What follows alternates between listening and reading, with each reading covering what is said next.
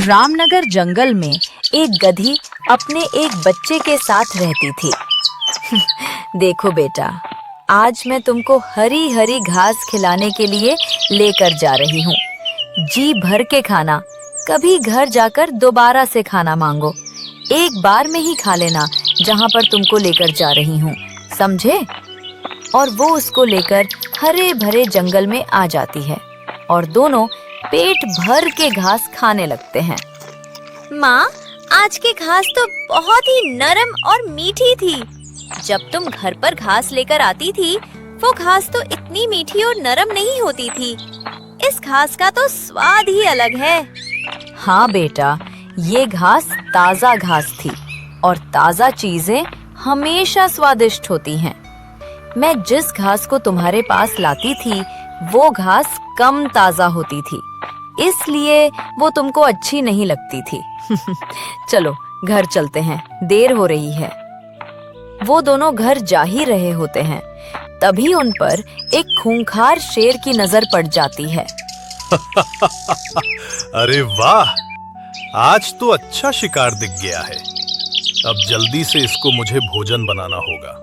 और इसके साथ तो एक बच्चा भी है। उसका मांस तो बड़ा ही स्वादिष्ट और नरम होगा। खाते ही तबीयत खुश हो जाएगी। और शेर उनका पीछा करते करते उनके घर के पास ही आ जाता है और सही समय का इंतजार करने लगता है। मम्मा, आज मैंने पेट भर के घास खाई है। मुझे तो नींद आ रही है। अब मैं सो रहा हूँ। हाँ, सो जाओ बेटा। जब पेट भर कर खाना मिलता है तो नींद भी अच्छी आती है। गुड नाइट, सो जाओ मेरे बच्चे। और बच्चा सो जाता है और शेर आकर गधी को अपना शिकार बना लेता है।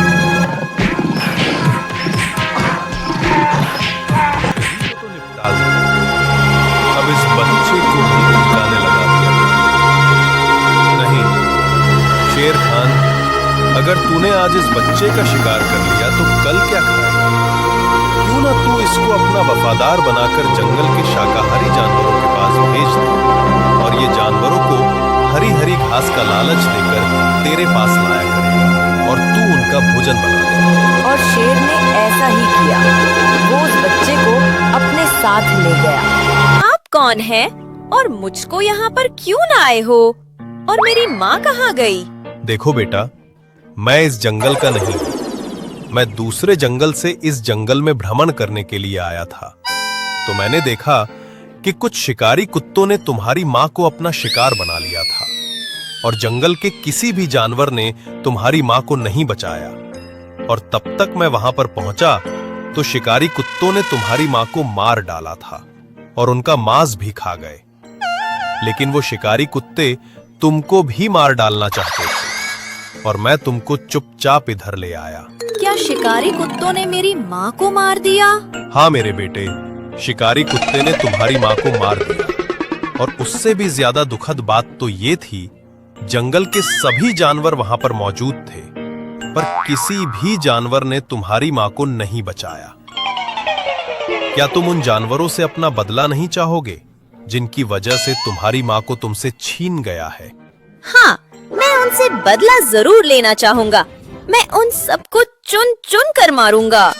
पर बेटा, तुमको लगता है तुम उनको मार पाओगे? क्यों ना हम दोनों साथ मिल जाए, तो हम उनको आसानी से मार सकते हैं। हाँ काका, मैं उनको तुम्हारे साथ मिलकर मारूंगा। बताओ मुझे क्या करना होगा? देखो मेरे बच्चे, तुम उनके बीच में जाना और उनको अच्छे अच्छे खाने, ठंडे ठंडे पानी और हरी भरी घास का लालच देकर उनको एक दूसरे से अलग कर देना।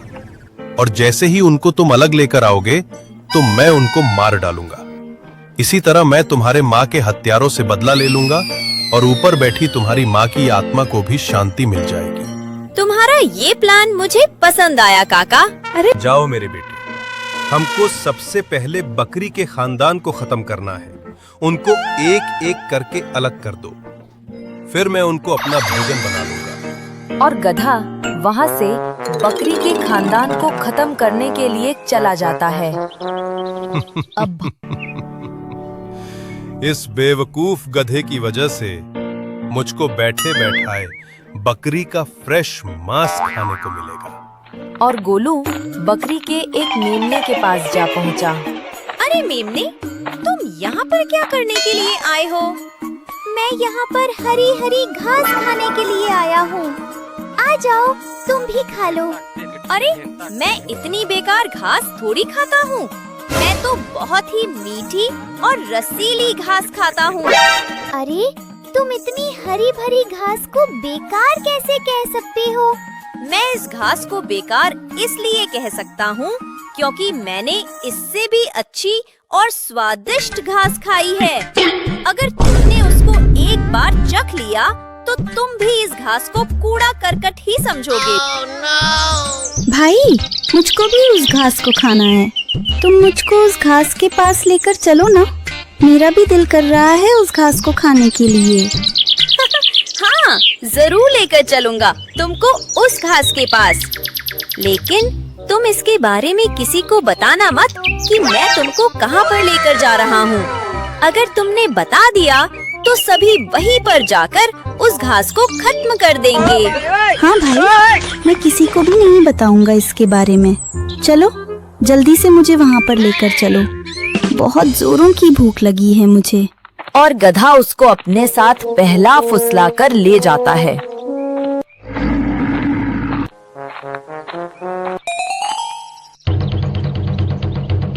अरे भाई, तुम मुझको किस जगह लेकर आ गए हो? यहाँ पर तुम कहीं भी हरी भरी घास नहीं है।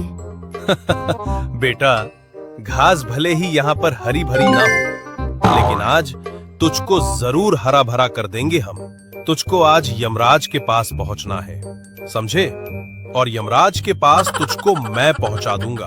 और इतना बोलकर शेर ने उसको अपना शिकार बना लिया।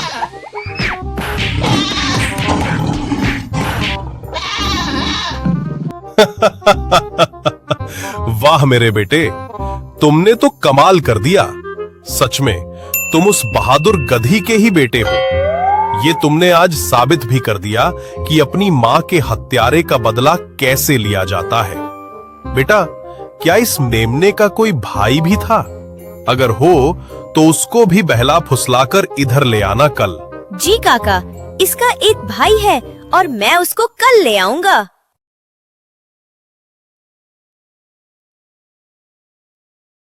अगले दिन राधा और लक्की के घर पर घबराए हुए बात करते हैं। अजी काफी रात हो गई, अभी तक मेरा बेटा घर नहीं लौटा है। पता नहीं कहाँ चला गया। मुझे तो बहुत घबराहट हो रही है। तुम क्यों चिंता करती हो? किसी दोस्त के पास रुक गया होगा, आ जाएगा सुबह तक। चिंता क्यों न करूं? मेरे बेटे का ऐसा कोई दोस्त नहीं है जिसके पास वो रुक जाए। आज से पहले क्या वो कभी किसी के पास रुका है जो अब रुकेगा? अरे भाग्यवान, आ जाएगा। कहीं नहीं गया तुम्हारा लाल, देख लेना कल तुम्हारे पास ही होगा। सो जाओ और मुझे भी सोने दो। पता नहीं कैसा बाप है, मेरा तो बेटा लापता हो गया है और इनको सोने की पड़ी है।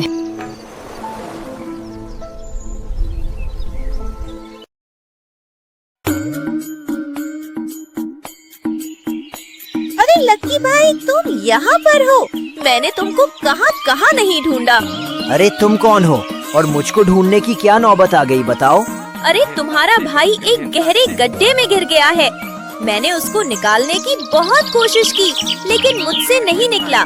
तुम मेरे साथ चलो, हम दोनों मिलकर उसको गड्ढे से बाहर निकाल देंगे। हाँ चलो, मैं तुम्हारे साथ चलता हूँ, शीघ्र चलो। और गोलू गधा उसे पहले की तरह इस बात भी बहला फुसलाकर शेर खान के पास ले गया। अरे यार, यहाँ तो मुझे मेरा भाई नजर नहीं आ रहा है। कहाँ है तुम? कब से मुझे घुमा रहे हो? बताओ कहाँ है मेरा भाई? मैं बताता हूँ तुमको तुम्हारा भाई कहाँ है। तुम्हारा भाई मेरे पेट के अंदर गया है। आज मैं तुमको भी उसी के पास पहुंचा देता हूँ। मिल लेना जी भर के उससे।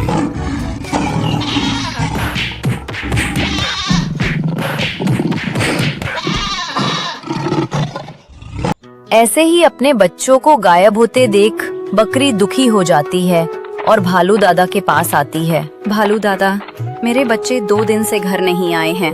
पता नहीं कौन आ गया है जंगल में जो इनको लापता कर रहा है। तुम चिंता मत करो, मैं इसका जल्द ही पता लगा लूंगा कि तुम्हारे बच्चे कहाँ लापता हुए हैं और कौन है जो बच्चों को लापता कर रहा है।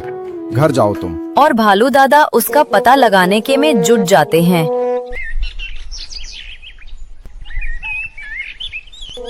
और एक दिन भालू दादा ने देखा कि एक गधा हाथी को अपने साथ लेकर जा रहा है। अरे कौन हो तुम और हाथी अंकल को अपने साथ कहाँ ले जा रहे हो? जरा हमें भी तो बता दो कुछ। कुछ नहीं काका, मैं तो अंकल हाथी को गन्ने खिलाने के लिए लेकर जा रहा था। मेरे मुन्ने, मैं तुझको बता दूं कि मूर्ख उसको बनाना जिसको कुछ पता ना हो। हमारे इस जंगल में तो क्या आसपास के किसी भी जंगल में गन्ने नहीं होते। शायद तुमको पता नहीं है।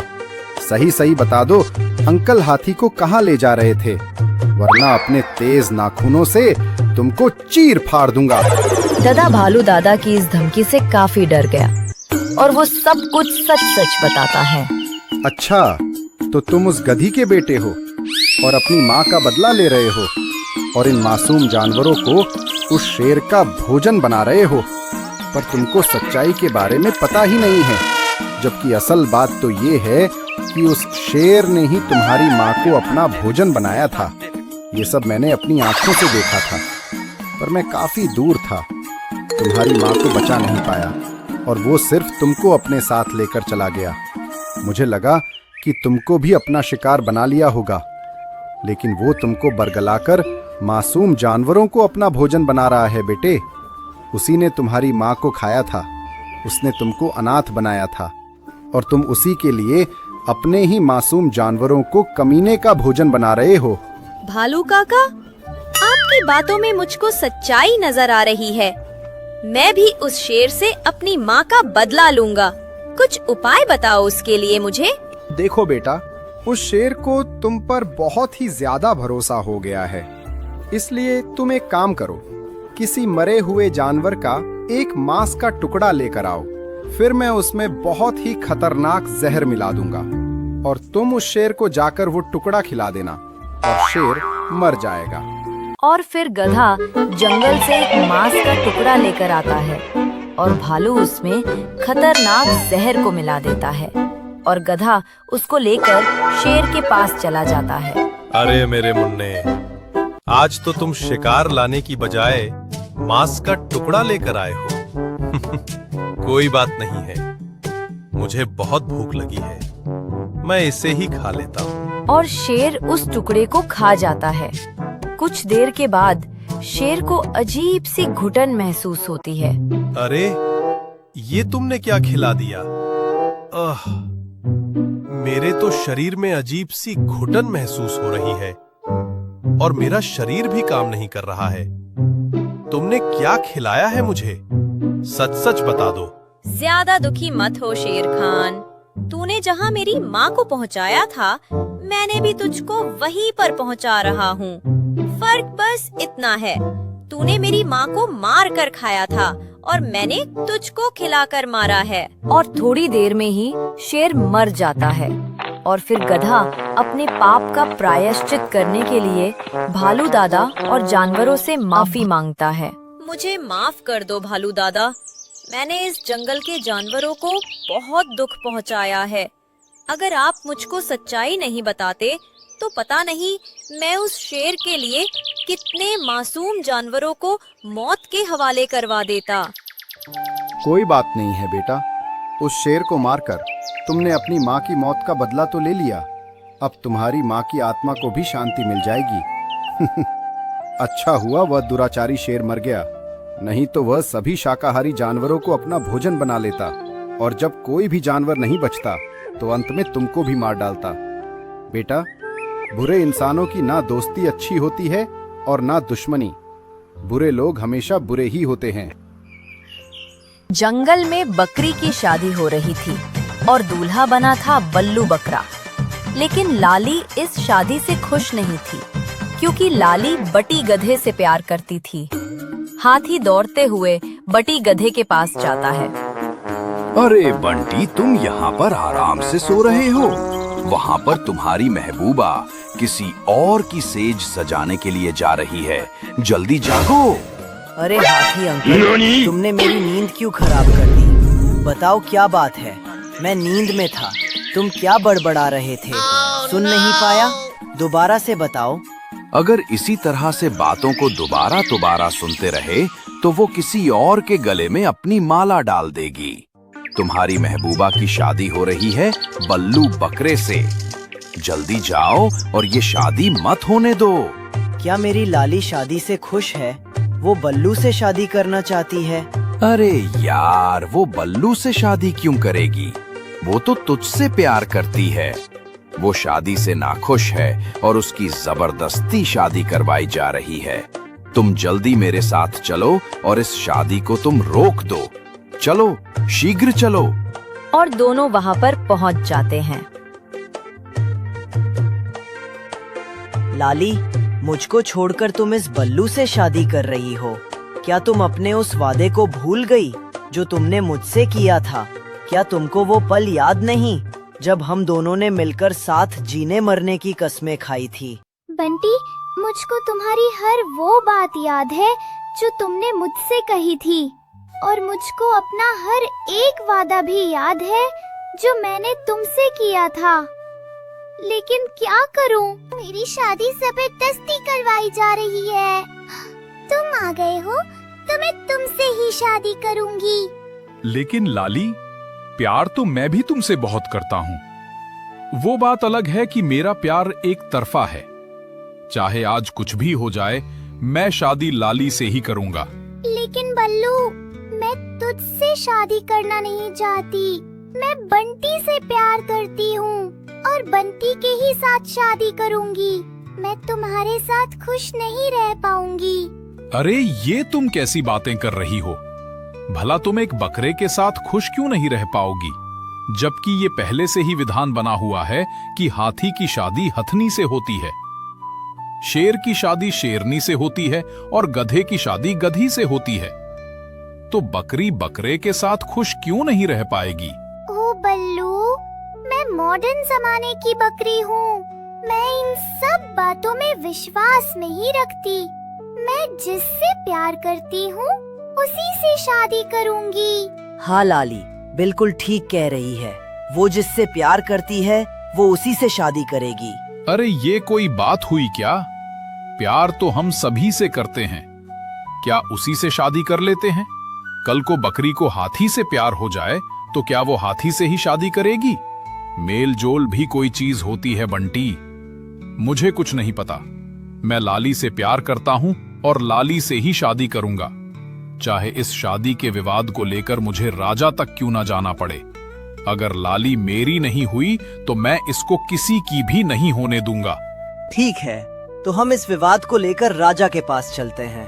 आपस में लाली को लेकर झगड़ा हो, इससे तो अच्छा है महाराज जो फैसला कर देंगे वो बंटी भी मान लेगा और लाली भी मान लेगी, और बल्लू तुम तो मान ही लोगे। और सभी फिर जंगल के राजा के पास आ जाते हैं। देखो बल्लू, तुम लाली से शादी करना चाहते हो, लेकिन लाली तुमसे प्यार नहीं करती, इसलिए तुम लाली से शादी नहीं कर सकते। लाली तुम्हारे साथ खुश नहीं रह पाएगी। लेकिन महाराज। बल्लू, एक बार जो मैंने फैसला दे दिया उसको कोई नहीं बदल सकता।